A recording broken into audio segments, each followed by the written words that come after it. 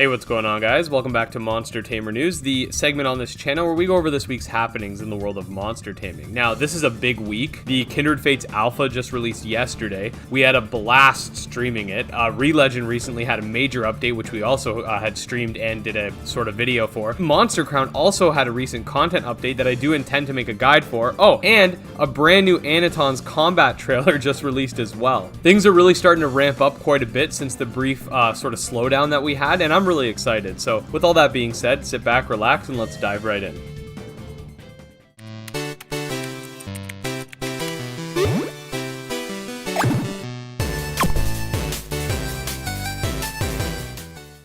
Okay, so we're going to start things off with the big news of the week, and that being the official launch of the Kindred Fates Combat Alpha, which we streamed yesterday and had a blast. Initially, there were some server issues, however, those were fixed within the first couple hours. The first wave of backers have gotten their keys, and more will come shortly. Given that the alpha is finally out and we finally have a physical manifestation of the game to cover, expect a lot of Kindred Fates videos this week especially. There are a ton of characters to break down, and hopefully we'll be able to stream some more.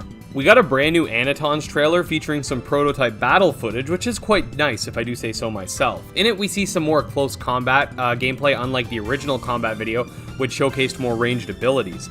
This, of course, is prototype footage, so it is likely subject to change. The Anitons Kickstarter only has a few days left to reach its goal, and I really do think that if we band together, we can make it happen. A lot of people have expressed worry that if they back and it's not successful, they'll lose their money, which is absolutely false. That's not how Kickstarter works. Your card won't get charged unless they actually are successful. So if you did want to back but are worried you're going to lose money if it's not successful, let me just say that that's not how it works. So if you're holding out, now's the time. I've tried to start a Twitter campaign to spread the word to some of the larger YouTube channels because I really do believe that Anitons deserves the attention. So hopefully that ends up working out, or at least helping in part. We got some Cassette Beast news this week, which is definitely awesome. And basically they uploaded a devlog showcasing the Underground, which is seemingly this network of cave systems throughout the island, which you'll be visiting quite often if you partake in side quests. The caves actually consist of very powerful monsters, being rogue fusions, which will attack on sight, so you're gonna have to make sure you're prepared for the challenge. Honestly, after reading this devlog, I think I'm gonna have to make an entire separate video talking about this because I think it's really cool, and it gives you almost that sort of wilderness vibe from RuneScape, where you can go to these really difficult areas at your discretion, but don't be surprised if you're seemingly under-leveled and get wrecked. The Patchquest beta recently updated to include 3 new dungeons, being the Frozen Flume, the Lost Dojo, and the Starlit Cavern. It's also made some other slight changes like adding Snowdo to the game and a couple perks, one of which lets you dodge without having an actual mount. You have the Sap Extractor, which allows you to pull juice out of hazardous plants and use them to briefly load your weapon. You have the Vitamins perk, which essentially adds a super effective mechanic to the game, and finally the Super Spritz, which unlocks a 4th super skill for your mount. I've uploaded a video showcasing the latest patch, although we have a lot more to do in terms of dungeons and whatnot, so expect another video on top of that. There are also plans to rework the overworld map so the game is more balanced between its roguelike aspects and its Metroidvania aspects. All of this and more can be seen in the devlog on their YouTube channel.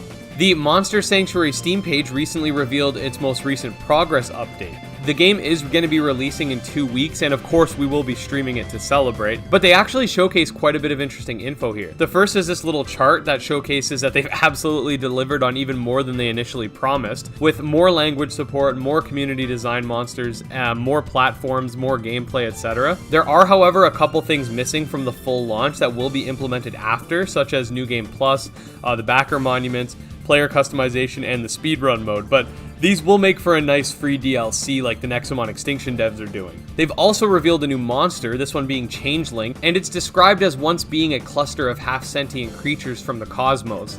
Over the course of millennia, they've come together on Earth to become changelings. In terms of combat, they're considered to be all-rounders with an ability that makes it every type at once, taking advantage of the game's version of Stab, and they can learn the moves Imitate and Counterfeit, which essentially allow it to copy-paste enemy attacks. Monster Sanctuary will release on December 8th. Monster Crown Early Access has updated to give us Content Pack 4, which brings forth the Atomic Clock feature, alongside a very anticipated monster being Jin, this thick yellow dragon boy. There is a quest associated with this, and as of such, I'd like to do a stream or a Let's Play episode featuring that soon. Regrettably, I kind of got hit with a bunch of news at once, and I've been sort of stumbling around trying to make sure I cover everything. I have been really eagerly anticipating this update, so my apologies for not being on top of it the second it came out. We also got some upgrades to attacks called Synergy attacks, which is basically the idea that certain attacks can be upgraded via synergy and crossbreeding.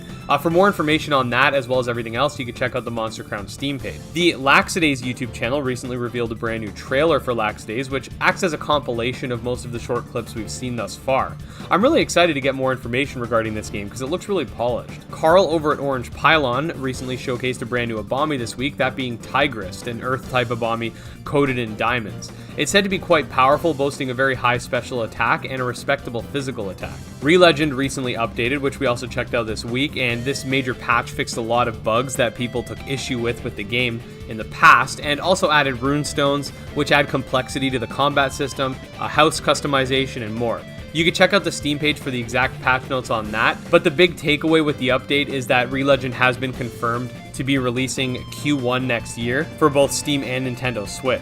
If you don't want to sit and read patch notes, I did do an entire video going over the patch, so feel free to check that out as well. Over to Necromancer's Gift news, weekly update number 3 was recently posted on the Necromancer's Gift website and reveals that the Combat Alpha will consist of level 50 battles. They've also updated the bestiary to include animated sprites for each monster, which you can see here. There's also a chance we may end up seeing a Kickstarter next year for the game, and Leo does specify that should there be a Kickstarter, there will definitely be a demo to coincide with it. The rest of this week's info is quite short, so we're going to rapid fire it off as usual.